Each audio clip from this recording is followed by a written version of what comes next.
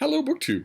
I've got a little mail for you today on a beautiful temperate Wednesday. The wind, after 5 solid days and nights, did indeed die down, finally, last night. So at some point, I am going to have to go all around the grounds of Hyde Cottage just picking up the piles of garbage that wind deposited everywhere and dead branches and whatnot. But for now, it was nice. It was nice because that will allow the temperatures to go right up, and that's what they're going to do. But we've got 3 packages here, no periodicals that I could see. We've got one of these white envelopes and then 2 boxes. So I have my hopes up for finished copies. That would be great. I am in the mood. I'm in the market for finished copies for May. So what is this first one? This is indeed a finished copy for May. This is Liarmouth, a feel-bad romance by John Waters. Oh, don't block the bean, do I? Which has, let's see, blurbs by Kirkus Reviews, Publishers Weekly, and Otessa Moshfegh. Has all sorts of dates for upcoming events. The sell sheet clearly knows that the author is a celebrity because it doesn't bother to tell me anything about the book. Nor does the back. The back just has Otessa Moshfegh's blurb. So is this going to tell us anything at all? Okay. Let's see here. Marcia Sprinkle, suitcase thief, scammer, master of disguise. Dogs and children's hate her. Her own family wants her dead. She's smart, she's desperate, she's disturbed, she's on the run with a big chip on her shoulder. They call her Liarmouth, until one insane man makes her tell the truth. Liarmouth, the first novel by John Waters, is perfectly perverted feel-bad romance, and the reader will thrill to hop aboard this delirious road trip of riotous revenge. Okay, so the pub date on this thing is May 3rd, so this is out already, and I definitely know that there are people watching who are much bigger John Waters fans than I am. Feel free to email me. My email is on every video. If you want me to send you this book, if you live in America, I will send you this book. And if you feel like reviewing it, so much the better, especially if you're familiar with this author, with John Waters' directorial work. So there you go. We're not going to wait until the end. We're not going to call this a double or a maybe or what have you. This is yours for the taking if you are a big fan of John Waters. So that is book number 1. Now we'll try the first of the boxes, which is, it's a box, but it's very thin. So that doesn't bode well for the gigantic books that Steve loves. What have we got here? Okay. This is from the University of Nebraska Press, Potomac Books. This is Cartography, Navigating a Year in Iraq by Catherine Schifani, which describes her time deployed in Iraq as a counterterrorism advisor with the U.S. Special Forces in 2011. It is the story of one woman mapping the terra incognita of Iraq with questionable interpreters, non-existent guidance, and an unclear purpose. It's the story of a gay woman serving under the military's don't ask, don't tell policy who realizes that the policy repeal she has long awaited is so overshadowed by a hostile environment that remaining closeted is more critical than ever.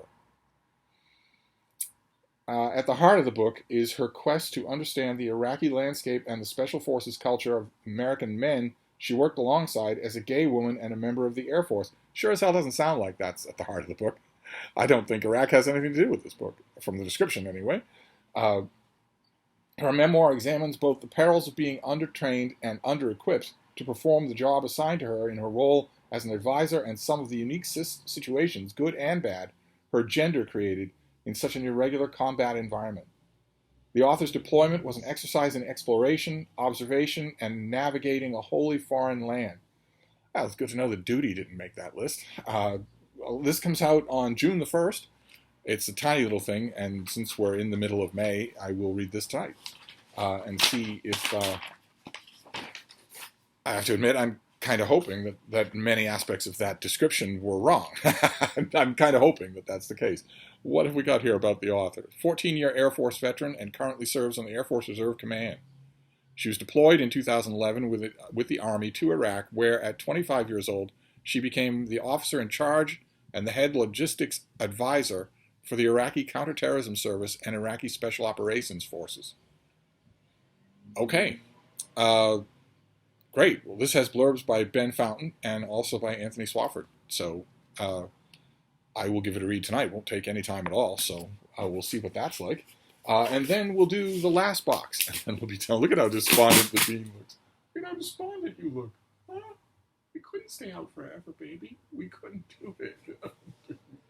I think she wanted to stay out forever.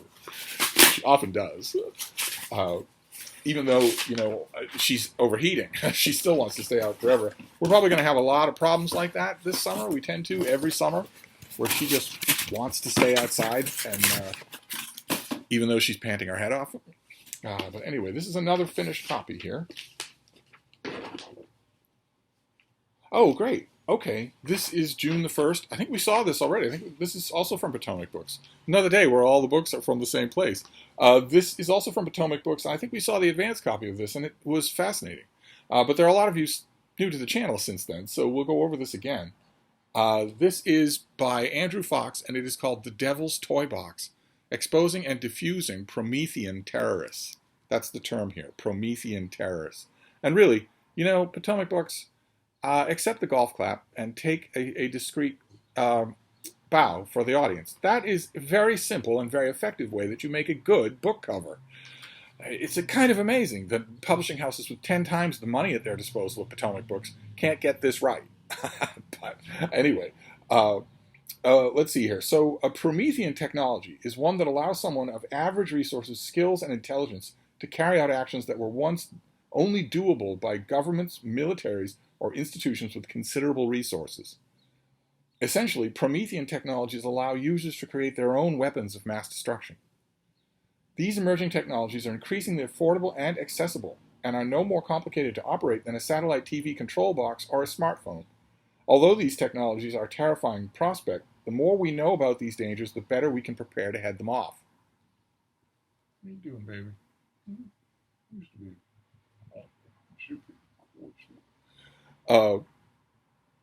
In this book, Andrew Fox lays out 7 decades of preemptive analysis and shows that while Homeland Security has explored in depth the possible Promethean threats the world faces, it has failed to forecast the most likely attacks. Using fictional scenarios, the author teaches how to predict the future threats and how to forecast which ones are likely to be used by bad actors within the next 5 to 10 years.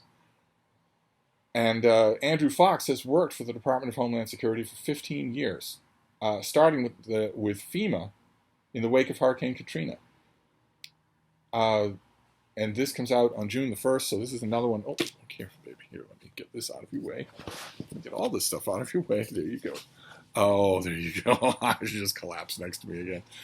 This is another one that I will read tonight. This and Cartography both come out in June. Liar Mouth I will not be reading tonight. Feel free to request it. Feel free to email me for it. So that's our mail for today. And that is a perfect example of something I say on this channel all the time, is how mail can dictate my TBR, my to be read pile. I have some reading that I want to do this evening, but for tonight, the Devil's Playbox and Cartography will both be on the list. They, together, are not more than 2.5 hours reading. So only a small chunk of the reading that I will do tonight. So I can fit other things on there, but they'll definitely be on there. I want to read them and give them time to settle and marinate.